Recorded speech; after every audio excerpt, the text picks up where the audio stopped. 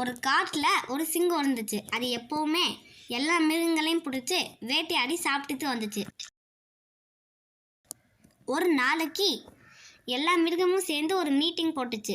அதில் ஓனாயி, நம்ம எல்லாரும் டெய்லியும் எப்போ நம்ம சிங்கம் சாப்பிடுன்னு வச்சுட்டு இருக்கோம், நம்ம எல்லாரும் டெய்லியும் யாராவது ஒருத்தர் சிங்கத்துக்கிட்ட போய் நம்மளே இரையாயிப்போம்.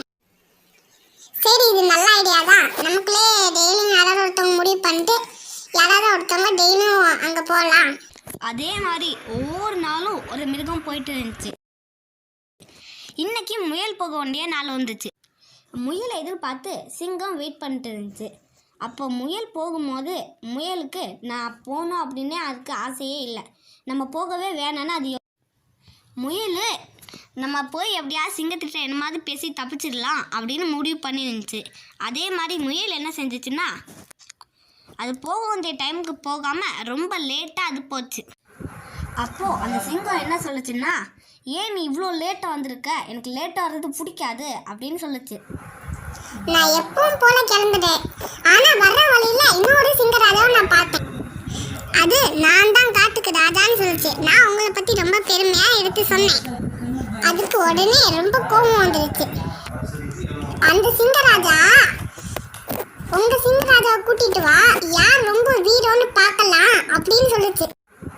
உடனே சிங்கராஜா சொல்லுச்சு, அப்படியா, வா நாம போய் அந்த சிங்கத்தை பார்க்கலாம்.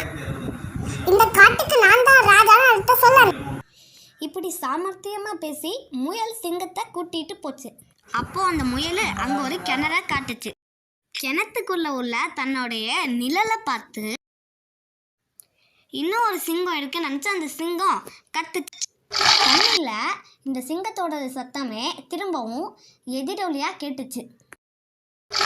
உடனே இந்த முட்டாள் சிங்கம் தண்ணிக்குள்ளே இன்னொரு சிங்கம் இருக்குன்னு நினச்சி கோவப்பட்டு அதுக்குள்ளே குதிச்சு.